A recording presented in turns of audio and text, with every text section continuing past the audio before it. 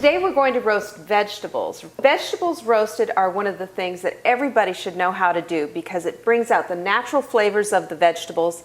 It brings out the sugar just a little bit, and so even non-vegetable eaters will eat roast vegetables. As you can see, we're starting with a nice wide variety of different vegetables, and now I'm going to show you how we do it. So follow me carefully.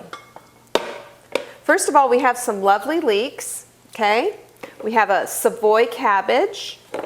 We have a red onion, a yellow squash, various herbs, we'll talk about those in a minute, and of course, red potatoes. And red potatoes are definitely in season right now in the summertime, but it doesn't matter. You can always use whatever you want when you are making these. And right now, all I'm doing is having these red potatoes rather. We'll get them all in here, and it's the simplest, easiest thing to do. Now while I'm preparing these, I have my oven set to 400 degrees, and 400 degrees is the perfect temperature for roasting all vegetables, and we want to get them nice and fork tender. We don't want to get them too cut up, too hard. We don't want them too soft either. So we're going to something that's fork tender. I also like red onion in roast vegetables. It gives it a nice savory flavor. It's better roasted, red onion rather, is better roasted than it is sauteed. When you saute it, you somehow lose all the flavor of the red onion, so a yellow or a brown onion is better for that. But here, we're just taking these and segmenting the onion, and with our Savoy cabbage, we're just going to take this out and cut it in quarters, and just take some of that rougher outer leaves off, put that in quarters.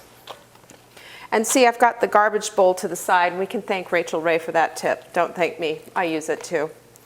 So there you go, and there's your quartered cabbage. And now we've got leeks. Now leeks are wonderful as well. The one thing you should know about leeks is that they will give you layers oftentimes that aren't so hot. And if you open them up, you might find, now we wash these ones really well, so we're good. But you only want to use just a little bit of the green and throw away the rough part. Okay? Take that off.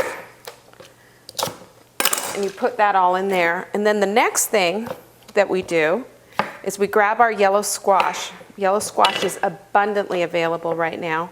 Cut it in half. Cut it in big pieces. And then I don't know about you, but that kind of grosses me out. I don't like huge honking pieces of vegetables. So I just take it, half it from there, and just make it in sizes that you find to be edible and good. You don't want somebody trying to hoist something bigger than a gerbil in their mouth. It's not very attractive. Okay, and another trick that I wanted to show you that I didn't do, but when you're cutting stuff up on a cutting board, it's really important that you're not moving all over Kingdom Come. And if you got a slick surface like I do, you can take a little wet cloth and put your cutting board underneath it, and now you've got something really sturdy and it's not going anywhere. That's a cool hint right there. Okay, so now we have this wonderful melange, if you will, of vegetables. Look at how wonderful that all is. But we're not done with it. See, the oven's ready already. We're going to take some olive oil and just drizzle it over the top one way and then go the other way. All right?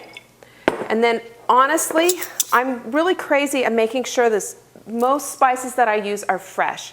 And so I've got fresh black pepper and I've got fresh sea salt. And so you grind your own right over the top, and then you get the black pepper and you do the same darn thing. It's not that hard.